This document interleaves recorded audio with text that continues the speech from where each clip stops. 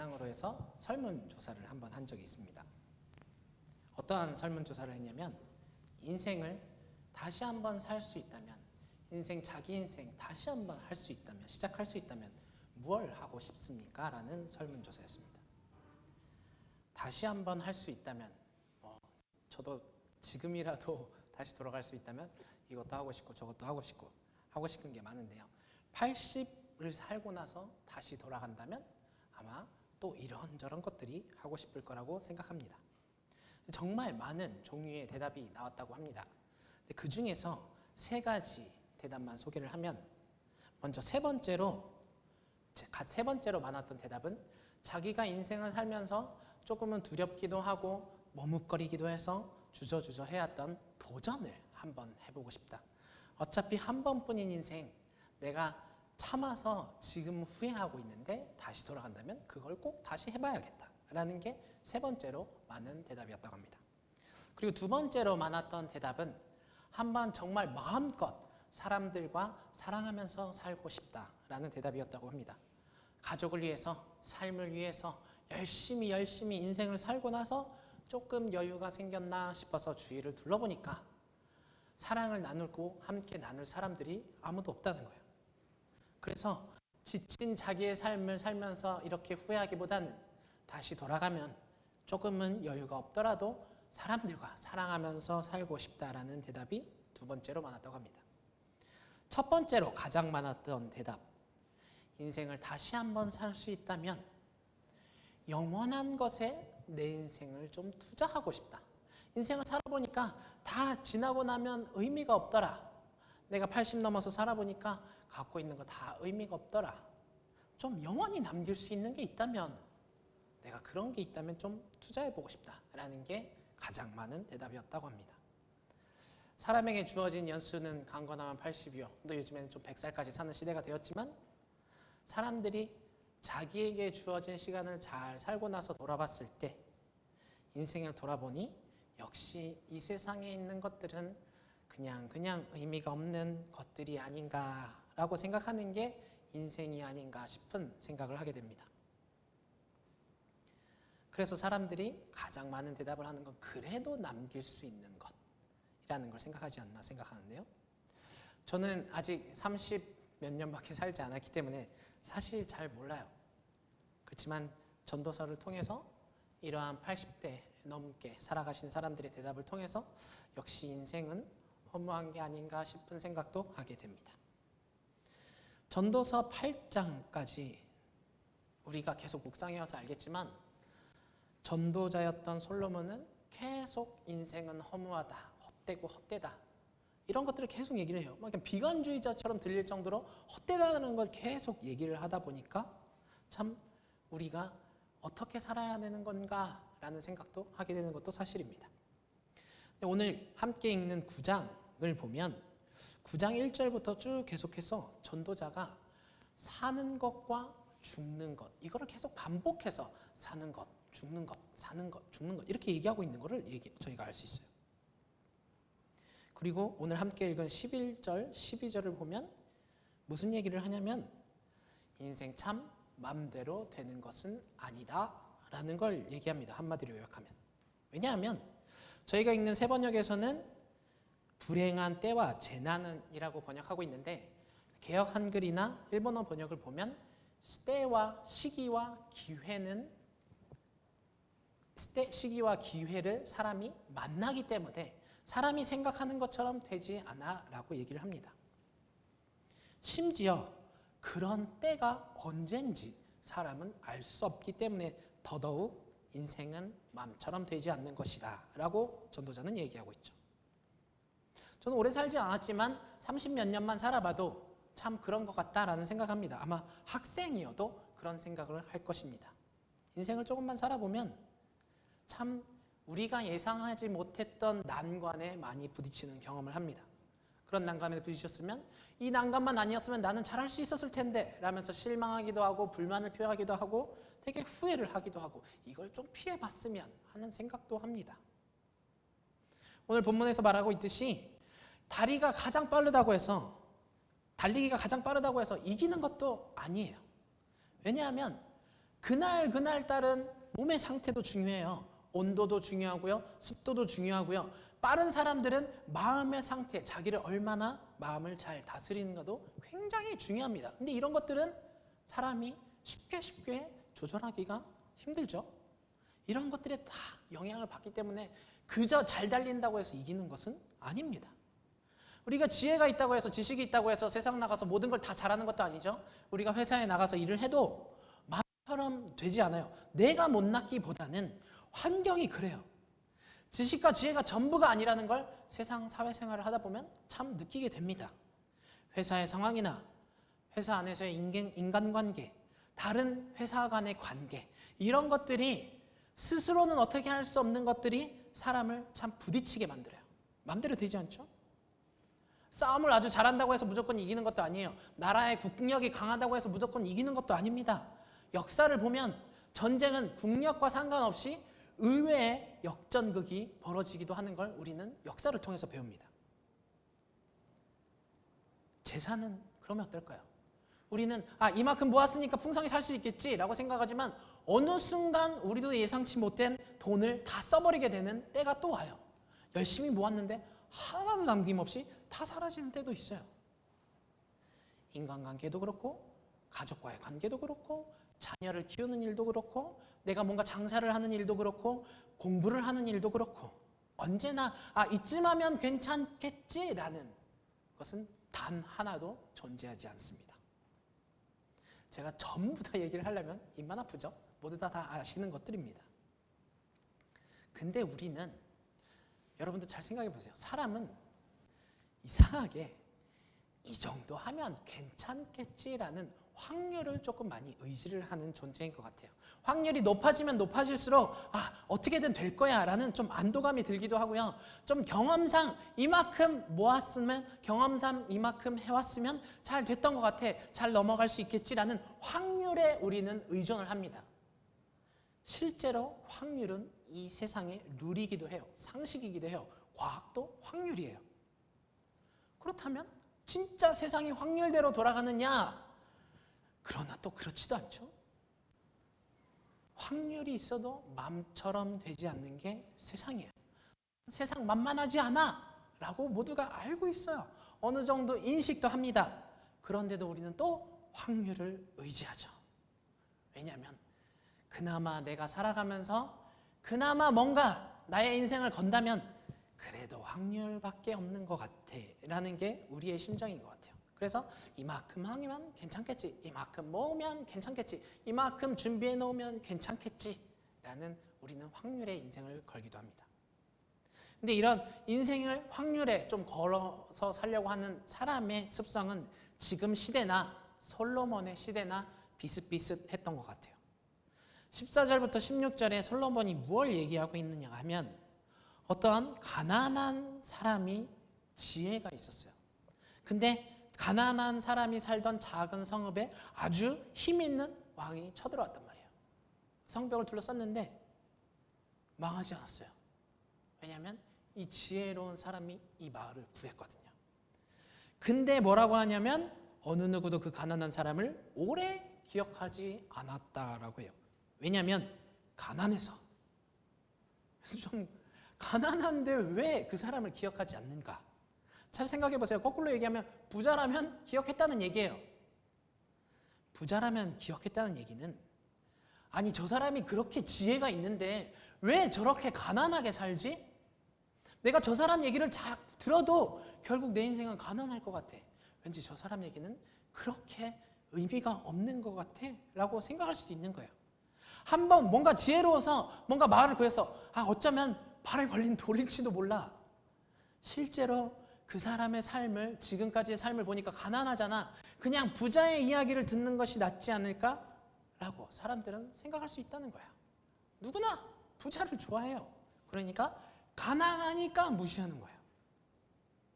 근데 솔로몬은 여기에서 뭐라고 얘기하냐면 지혜가 전쟁 무기보다 낫다라고 얘기해요. 이 9장을 잘 읽다 보면요, 솔로몬이 대체 뭘 얘기하고 싶은지 조금 헷갈리기도 해요. 살아라, 삶을 즐겨라, 좀 최선을 다해서 살아라, 인생 감사하면서 살아라 라고 뭔가 얘기를 하고 있거든요. 근데 또 갑자기 인생을 살다 죽으면 아무런 의미가 없다. 인생은 결국 무의미하다. 허무하다 라고 얘기를 해요. 그리고 또 갑자기 죽은 사자보다는 산 개가 낫다. 사자는 인간도 두려워하죠. 개는 사람이 무시합니다. 귀여워하지만 또 무시해요. 그렇게 무시하는 개여도 죽은 사자보다는 그런 개로 사는 게 차라리 낫다라는 거예요. 허무한 헛된 모든 날에 허무한데 그래도 사는 게 죽는 것보다는 낫대요. 인생을 즐기래요. 살아라. 허무하다. 뭘 얘기하고 싶은 건지 약간 좀 헷갈리기도 해요. 도대체 뭘 얘기하고 싶은 건가? 구장을 계속 이렇게 읽다 보니까 결국 전도자인 솔로몬이 얘기하고 싶은 건 이거 하나가 아닌가 하는 생각이 들었습니다. 뭐냐면 무엇보다 사는 게 중요하다. 사는 것은 모든 것을 뛰어넘는다. 살 수 있다면 그걸 가장 중요하게 생각해라 라고 얘기하는 게 아닌가 싶은 생각이 들었습니다. 우리가 함께 읽은 9장 후반을 보면요, 요약을 하자면 어떤 지혜로운 사람이 마을을 구했는데 가난하다고 해서 무시하고 있다잖아요. 근데 너네 이 가난한 사람이 너네를 구하지 않았으면 다 죽었을 건데 그러면 죽은 인생 의미 없잖아. 너네가 부자가 되기를 원하고 뭔가 지배하기를 원하고 돈이 있고 명예가 있고 지식이 많고 다 갖고 싶다고 해도 너네 결국 죽었으면 아무 의미가 없잖아. 지혜로운 사람이 너의 삶을 구해주지 않았으면 너는 아무 의미 없는 존재인 거야 라고 얘기를 하는 거예요. 그러니까 다른 거 바라지 말고 너의 생명을 살려줄 지혜에 너를 의지해라 라는 거예요. 그 지혜가, 살리는 지혜가 최고다라는 거죠. 사람이 살아가는 과정 중에 잘 사는 여러 가지 지혜가 있어. 내가 여지까지 많이 얘기했어. 그러나 죽는다면 의미가 없어. 살 수 있다면 거기에 모든 걸 걸어 라고 얘기하는 거예요. 너의 삶을 살려주는 사람이 있다면 그 지혜에 너의 삶을 다 맡기라라는 거예요. 사는 거에 비할 수 있는 건 아무것도 없다고.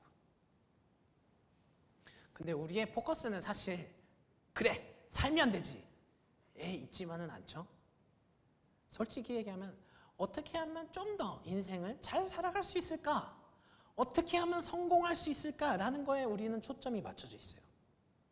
사는 거 물론 중요한데 그러니까 잘 살고 싶다고 어떻게 하면 잘 살 수 있냐고 라는 게 우리의 관심사인 것도 사실이에요.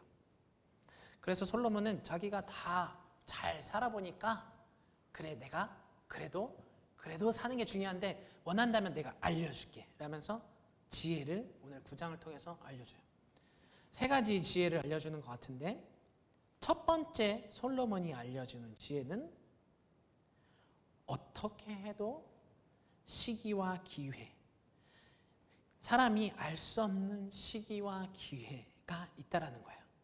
우리가 오늘 읽은 본문에서는 불행한 때라고 얘기하지만 그 때와 언제 닥칠지 모르는 것들, 그것이 우리를 살릴 수도 있고 우리를 죽일 수도 있는 그런 것들이 우리는 알 수 없잖아 라고 얘기를 해요. 돌려 얘기하면 너네 모르잖아. 그러면 아는 사람한테 의지를 해야지 라고 얘기하는 게 아닌가 싶은 생각이 들어요.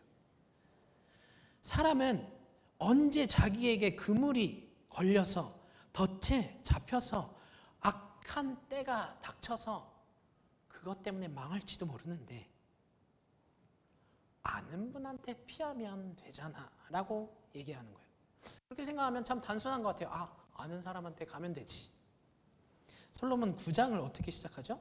9장 1절을 보면 나는 이 모든 것을 마음속으로 깊이 생각해 보았다. 그리고서 내가 깨달은 것은 의로운 사람들과 지혜로운 사람들이 하는 일을 하나님이 조종하신다는 것이죠. 조종을 하려면 모든 걸 알아야 돼요. 앞뒤 전후 모든 걸 알아야 조정을 할 수 있죠. 앞을 모르는데 어떻게 조정을 합니까? 하나님은 모든 걸 알고 있어서 그때와 시기까지도 다 통치하신다는 거예요. 그런 모든 걸 통치하시는 하나님한테 너의 인생을 걸어. 하는 게 전도자가 얘기하는 게 아닌가 싶은 생각이 들어요. 여러분도 많이 들어보셨을 것 같은데 근대의 가장이라고 얘기하긴 뭐하지만 많은 사랑을 받는 유진 피터슨이라는 사람이 있어요. 목사이기도 하고 학자이기도 하고 시인이기도 해요. 정말 많은 책도 남겼고 많은 시도 남긴 사람인데 이 사람이 왜 유명해졌냐? 이 사람은 성경을 처음부터 끝까지 자기가 다시 통번역을 했어요. 원어를 보면서 현대 사람이 읽기 쉬운 메시지라는 성경을 다시 번역을 했어요. 그러니까 성경을 전체를 정말 수도 없이 본 거예요. 그 사람이 잘 산다는 것은 무엇인가? 라는 자기 나름대로 하나하나 지혜로운 것들을 좀 적은 노트들이 있는데 죽고 나서 책으로 발행된 잘 산다는 것이라는 책이 있는데 그 사람이 잘 사는 것은 무엇인가? 라는 지혜를 적은 그 책을 보면 톱니바퀴가 아니라 성도라는 챕터에 글이 있어요. 이 톱니바퀴가 아니라 성도라는 챕터에 이 글을 요약을 하자면 이거예요. 이 세상에는 중간지대는 없더라. 둘 중 어느 하나라는 거예요. 둘 중 어느 하나는 한쪽은 하나님 편 그리고 한쪽은 이 세상. 그런데 이 세상 사람들은 뭔가 자기들의 딱 맞는 것 안에서 돌아간다는 거예요. 둥글둥글둥글 돌아간다는 거예요. 톱니바퀴처럼. 그리고 그 톱니바퀴가 같은 사람들이 살아가는 세상의 반대편에는 하나님이 계시다는 거예요. 둘 중에 가운데는 없다는 거예요. 둘 중 하나만 존재하는데 하나님은 이 돌아가는 톱니바퀴와 같은 세상과 싸우고 계신다는 거예요. 정말 영적 전쟁이 정말 격렬한 이 톱니바퀴와 같은 세상과 하나님은 싸우고 계신데 솔로몬이 악이 덮치기 전에 라고 얘기하듯이 이 사람도 악과 잔혹함과 불행과 병과 무지와 고통이 넘치는 난무하는 이런 세상, 그런 세상에서 하나님은 이 세상과 싸우고 계신다는 거예요. 근데 우리는 어디 있냐? 하나님이 이 세상에서 구원한 이쪽 하나님 편, 다른 표현을 하지 않아요. 그냥 성도입니다 라는 얘기를 해요. 우리는 이쪽 세상에 톱니바퀴가 같은 삶에서 돌아가는 게 아니라 성도로서 살아가는 거라는 거예요. 근데 확실히 확률에 의해서 돌아가는 세상 생각해보면 뭔가 모든 것이 딱 맞춰져서 돌아가야 돼요. 이런 딱 맞춰져서 돌아가는 세상에 조금 낙오가 되면 어떤가요? 패배자, 망한 사람, 힘이 없는 사람, 부족한 사람, 그런 존재가 돼버리죠. 정말 잔혹한 세상이에요. 머리 좋은 사람만 인정받는 세상, 일 잘하는 사람만 인정받는 세상, 뭔가 돈이 많아야 인정받는 세상, 뭔가 세상에서 뭔가 자기만의 톱니바퀴를 돌릴 수 있어야 될 것만 같은 기능을 가진 사람이 인정받는 세상이고 그런 사람을 톱니바퀴로서 세상을 써주는 거죠.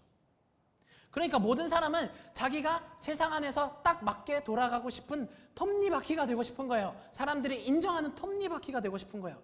그래서 우리는 노력을 하죠.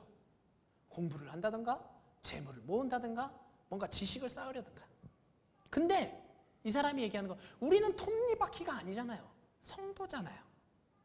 뭔가 딱 맞춰서 돌아가는 그런 삶이 아니라 때와 기회를 조종하시는 하나님 편에 있잖아요.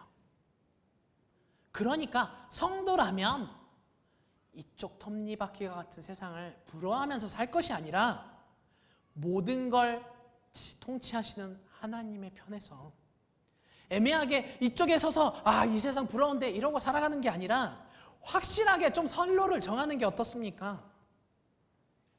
인생 잘 사는 방법이 무엇이냐? 여기에서 이걸 부러워하는 게 아니라 하나님이 통치하신다면 하나님 편에 딱 서는 것. 우리가 뭔가 열심히 노력해서 우리의 힘으로 뭔가를 맞춰가려는 게 아니라 하나님한테 맡기고 하나님이 인도해 주시는 데 따라서 삶을 사는 것.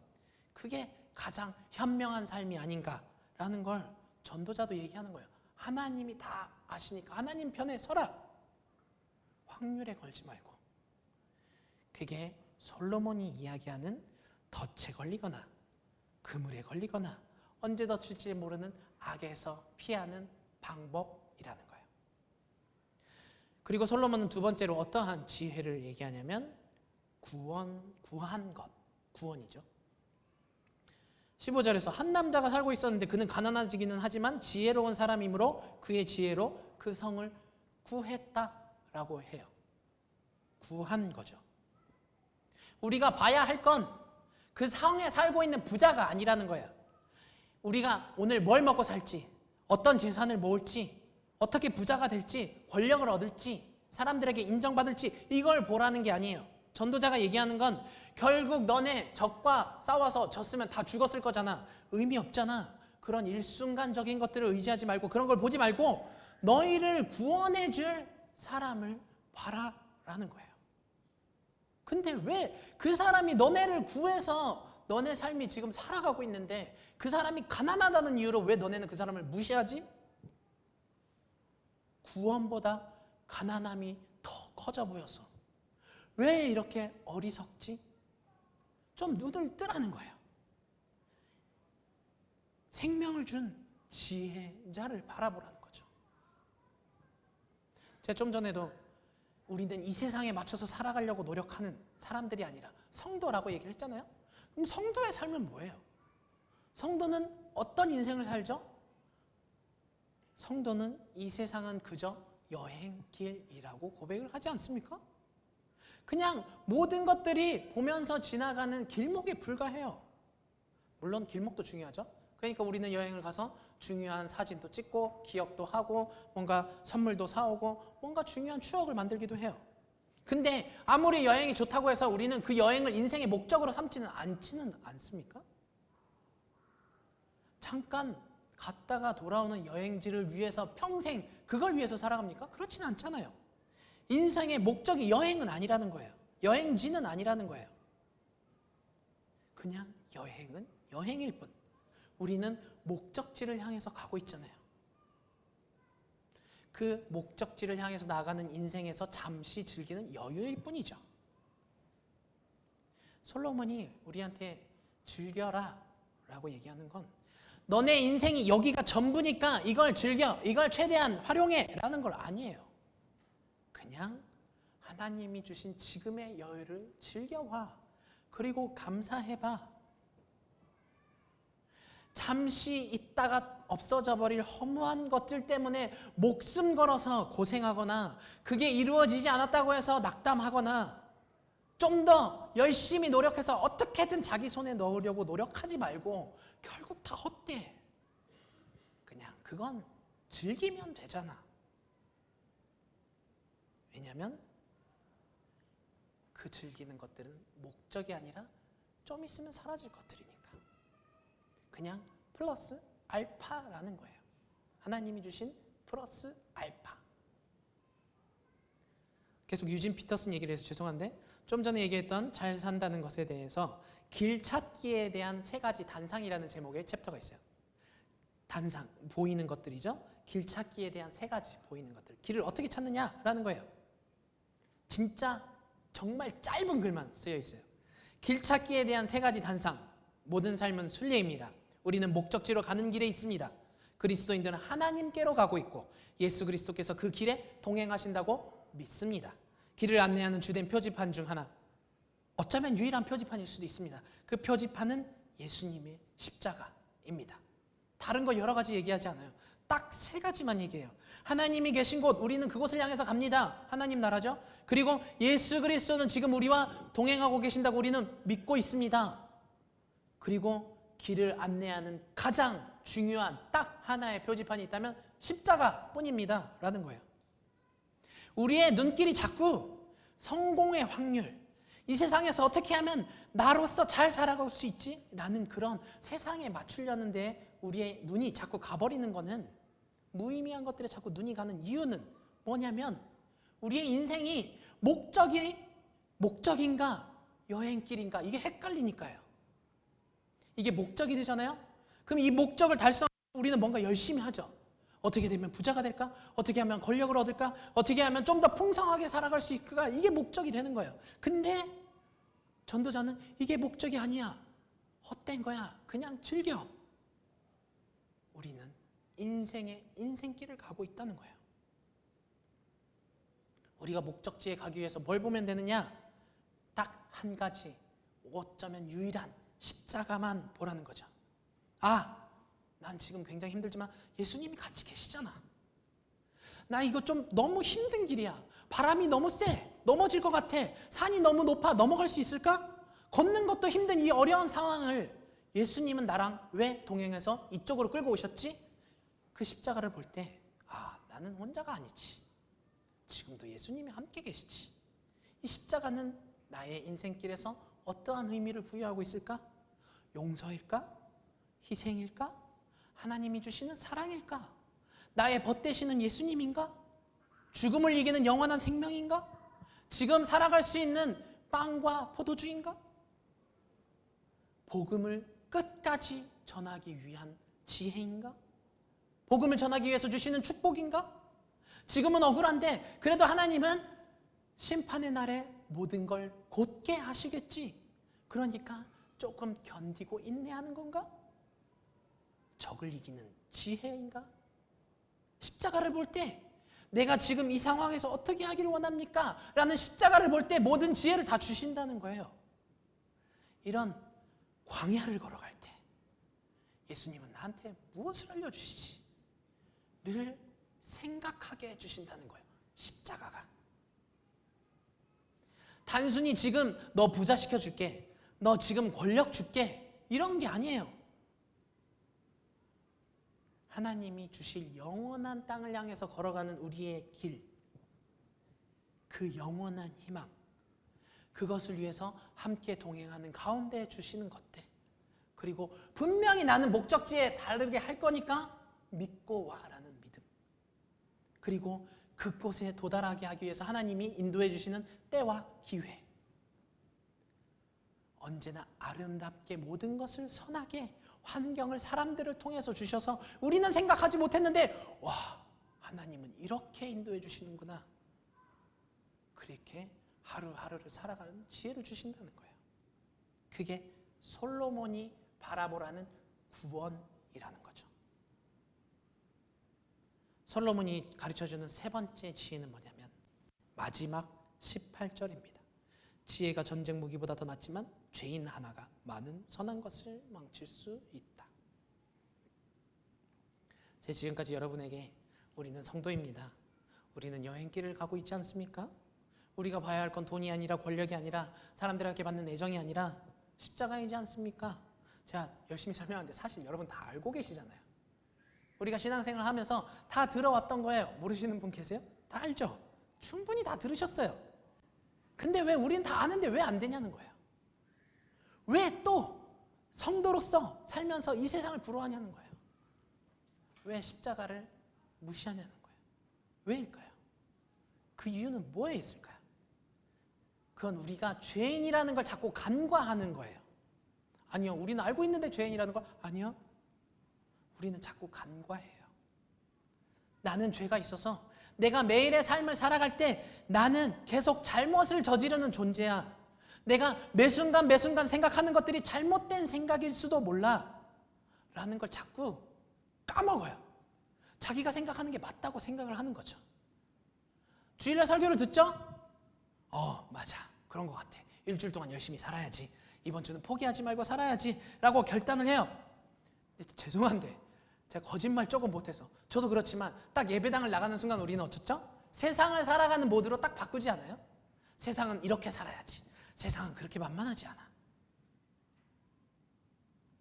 세상이 원하는 자신의 모드로 딱 바꾸는 거예요. 하나님 편의 성도가 아니라. 오늘 18절에서 뭐라고 해요? 지혜가 전쟁 무기다 보다 나은데 죄인 하나가 많은 선한 것을 망칠 수 있다잖아요.